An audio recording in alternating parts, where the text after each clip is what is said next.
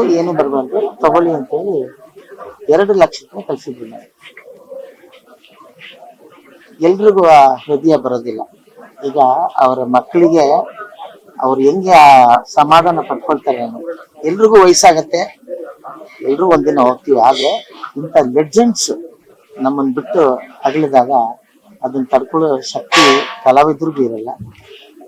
ಅವರ ಮಗ ಮಗಳು ಬಹಳ ನೊಂದ್ಕೊಂತ ಇದ್ದಾರೆ. ಬಟ್ ಇದು ತುಂಬಾ ಸ್ಮೂತ್, ತುಂಬಾ ಒಳ್ಳೆಯ ಒಂದು ಸಾವು ಅಂತ ನಾನು ಅನ್ಕೊಂತೀನಿ. ಯಾಕೆಂದ್ರೆ ಯಾರಿಗೂ ಏನು ತೊಂದರೆ ಆಗಿಲ್ಲ, ತೊಂದರೆ ಕೊಟ್ಟಿಲ್ಲ, ಮನೇಲಿದ್ರು, ಬೆಳಗ್ಗೆ ಆರಾಮಾಗಿದ್ರು, ದೇವ್ರ ಪಾದಕ್ಕೆ ಹೋಗಿ ಸೇರಿದ್ದಾರೆ.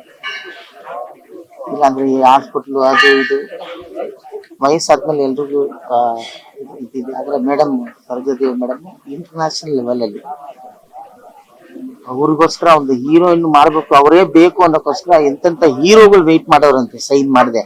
ಸರೋಜಾದೇವಿ ಮೇಡಮ್ ಸೈನ್ ಮಾಡಿದ್ರೆ ಅವ್ರುಗಳು ಸೈನ್ ಮಾಡ್ತಾ ಇದ್ರು. ಅಂತ ಒಂದು ಕಾಲ, ಹೀರೋಗಳಿಗೆ ಕಾಯ್ತಾ ಇದ್ದಿದ್ ಕಾಲ ಇದೆ.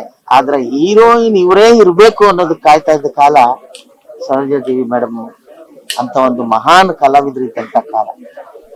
ಅವ್ರ ಆತ್ಮಕ್ಕೆ ದೇವರು ಶಾಂತಿ ಕೊಡ್ಲಿ.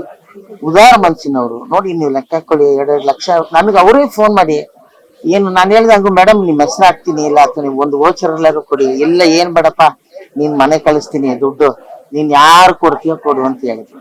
ಆತರ ಒಂದು ಒಳ್ಳೆಯ ಮನಸ್ಸಿರುವ ನಮ್ಮ ಕಲಾವಿದೆಯವರನ್ನ ನಾವು ಕಳ್ಕೊಂಡಿದ್ದೀವಿ. ದುಃಖ ಆಗ್ತಾ ಇದೆ. ಅವ್ರ ಆತ್ಮಕ್ಕೆ ಶಾಂತಿ.